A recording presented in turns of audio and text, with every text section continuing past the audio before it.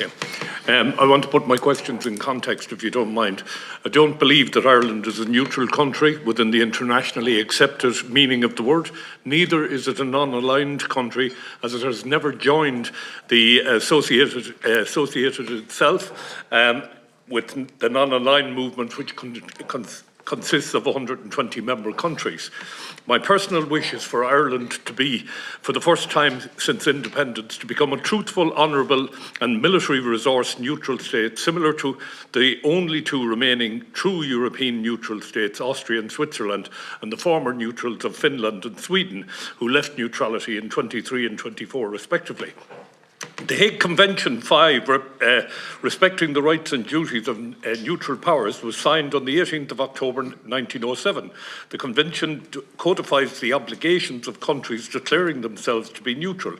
Ireland was not a contracting power, it predated independence, but neither has it post-independence ratified the Convention or imported it into domestic laws, as confirmed in the High Court case by Justice Kearns in the case of Horgan in 2003. Hague 1907 forms part of that body of law called customary international law. In essence, states practice over time.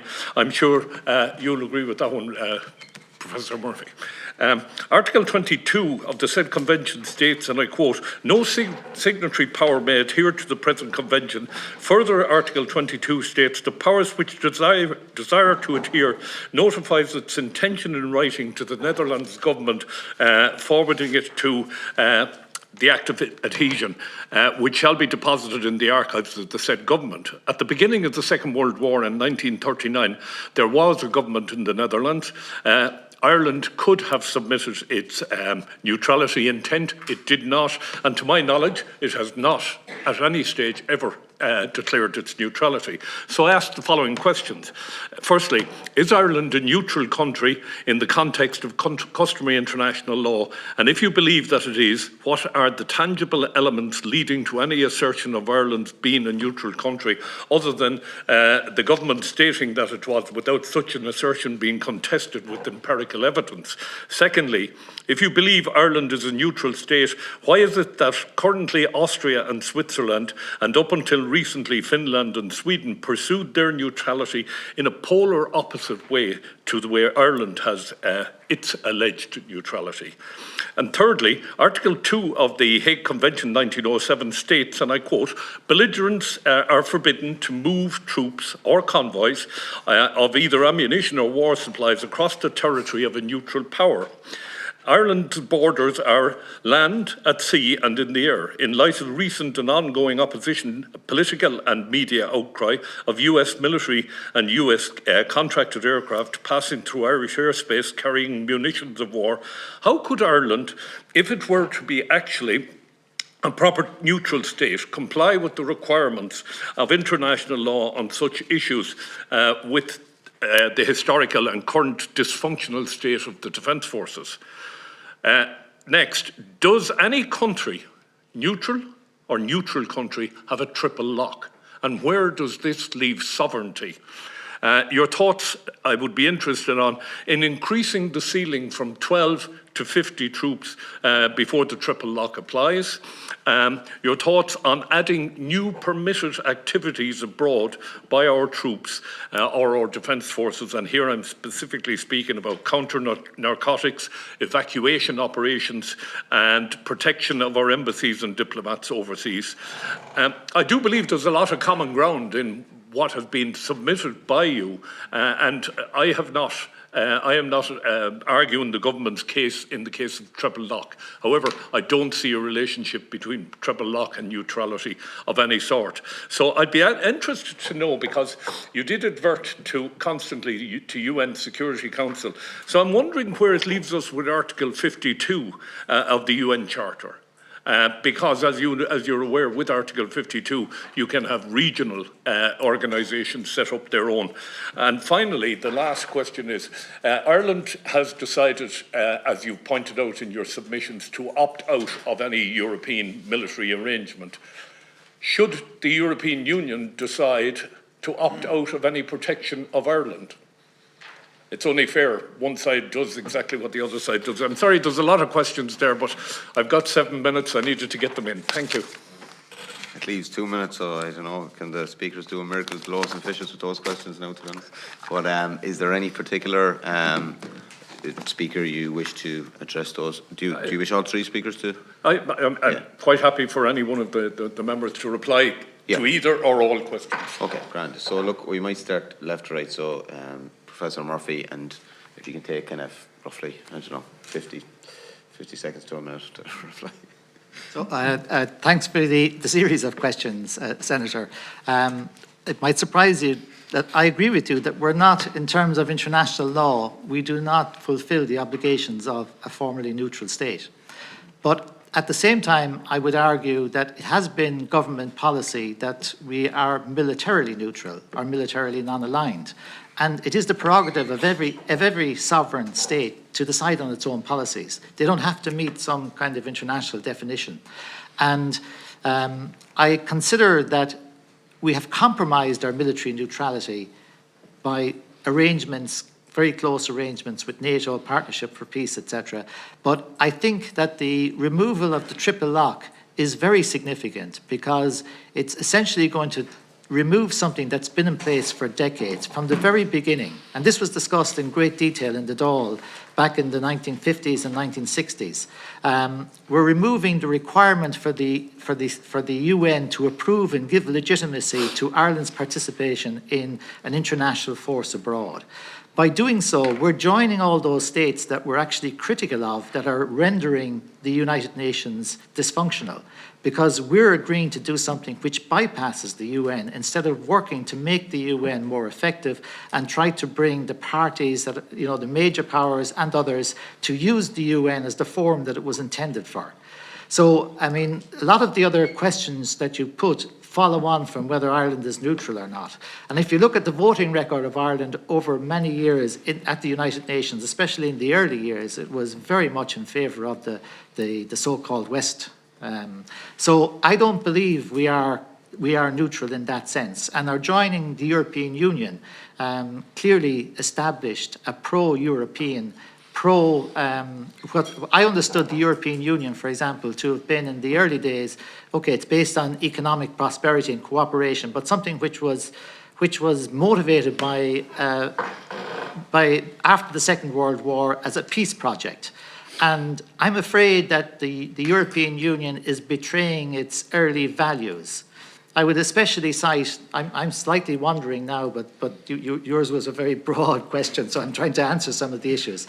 If you look at articles, if you look at the preamble in Articles 2 and 3 of the Treaty of European Union, most recently updated by the Lisbon Treaty, it talks about certain values. It talks about human rights, it talks about rule of law, it talks about and, you know, peaceful resolution of disputes, a whole range of things.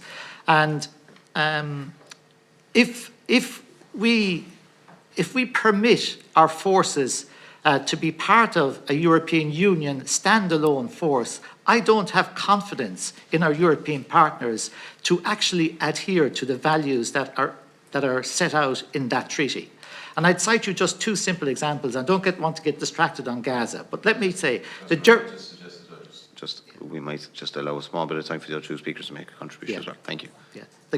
Last week, the German foreign minister met the Israeli foreign minister, and he reassured him that support of Germany is steadfast.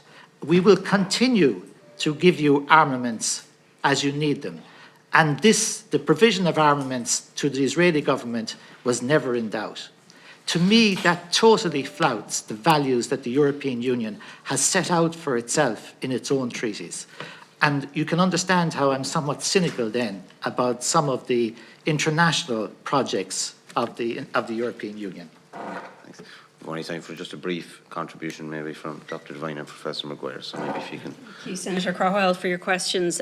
So, firstly, the European Commission actually told neutral states who were applicants that they had to get rid of neutrality, and that's where the term military neutrality was born. So that's cited in my paper, edicts from 1967, several from 1992. I've also cited in my paper the explanation of how military neutrality bears absolutely no relation to active positive neutrality as reflected in the Hague Conventions, and how public opinion supports active positive neutrality, but the government is doing the exact opposite to that, and you are right in your observations in that respect. The third point is that a state doesn't actually have to ratify the Hague Conventions for them to apply if you declare your neutrality. The use of Shannon is a violation of the Hague Conventions, and a majority of people in surveys are against this because it does violate neutrality. Sweden has a triple lock, always did, and along those lines, most independent middle powers, like Ireland is at the UN, have that. Obviously, I'm presuming it's gotten rid of it now by the time it's joined NATO. And you say, you know, what about the protection of Ireland? The question is, against what threat? So this idea of new permitted activities abroad, I say that they have to be UN authorised. Last sentence, that although my colleague Ray Murphy was saying that the EU is a peace project, I'm actually writing a paper about how the EU is actually not a peace project, and it's orange, it was imperialist and colonialist. And Jean Monnet himself said in his memoirs that the creation of an EU army will help Europe realise its ultimate destiny, which is the development of the African continent. And then Federica Mogherini cited Jean Monnet and said, very last sentence, and said when she launched PESCO and the European Permanent Structured Cooperation and Defence, that we want to go beyond sub-Saharan Africa and we want to go east and towards Russia. So. I'm going to have to give you to be very brief now. I'll try to be. Indeed, it's a pleasure to be in contact with Senator Craughwell again. I met him at the first day of the Cork Forum and gave him a copy of this. I really welcome and would love to be in dialogue in any way on these ideas. I have said in my submission, neutrality is very much demeaned, etc., but neutrality is a politically contested concept in any society, and this committee has recently had some concerns about the meaning of defence and security. These are also concepts whose meaning and application is up for grabs, and that's what we need to get back into. We were the first neutral, and now we're being preached to about what other countries have done because we sat on our hands and closed our mouths when we joined the EU, as we too often have done on the Security Council as well. The operations abroad, in my submission I talk, they are scarifying, and the Commission casually mentions space. You know, are we actually going to have a space force? This is, you know, Lewis Mumford, the social critic, final sentence. In 1946, he wrote an article in the Saturday Evening Post, and he said, "Gentlemen, you are mad." I don't mean you, by the way, are mad. He was writing to the leaders. And then he said, "We are mad for not confronting it." Very final point. I'd just like to come back. Armed neutrality, I'm concerned about. Okay, it must not be escalatory or feed into the military-industrial complex. But I have no difficulty with the country genuinely defending itself. Thank you. I'm going to come on. Thank you very much, Chair. Again, I want to put my position on the table here. Yeah. This is a red herring waste of time within this Oireachtas at the moment, the triple lock. I know of nobody who is interested in it outside of this House. I know of nobody interested in it. If you were to put it on a survey, it would probably come in somewhere around 50 or 55 of the areas of priority for the public. Perhaps we should introduce a triple lock for ministers going abroad on St. Patrick's Day and restrict that to numbers. It is a ridiculous piece to come before this House, but we're stuck with it, we have to deal with it. My only reason for removing the triple lock is that there are areas which are currently limited by the triple lock, and that would be the area of counter-narcotic operations, evacuation operations. Let's say a Ryanair aircraft is hijacked. It's in a country where they don't have special forces. A request is sent to Ireland to send out special forces to relieve the aircraft. We may find ourselves unable to do that because of the triple lock. Operations of protection of embassies and the like as well. So it's my view that we are a sovereign state. There are two houses of the Oireachtas. There is a government. It should be possible to write legislation that would force the government to have a significant majority. I do appreciate what you said, Professor Maguire, about, you know, the whipped government. They will always win a vote, and we saw that in the last 24 hours. They can win any vote they want at the end of the day. But my view here is that for our troops to go abroad, and please, Professor Murphy, you've served overseas. I've served in the military.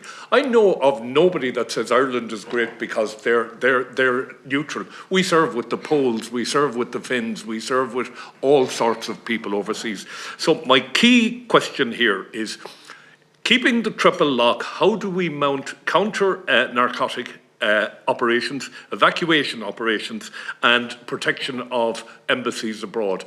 And one final point, and I've written a paper on this, it's available on my LinkedIn site, and that is the protection of the Atlantic resources.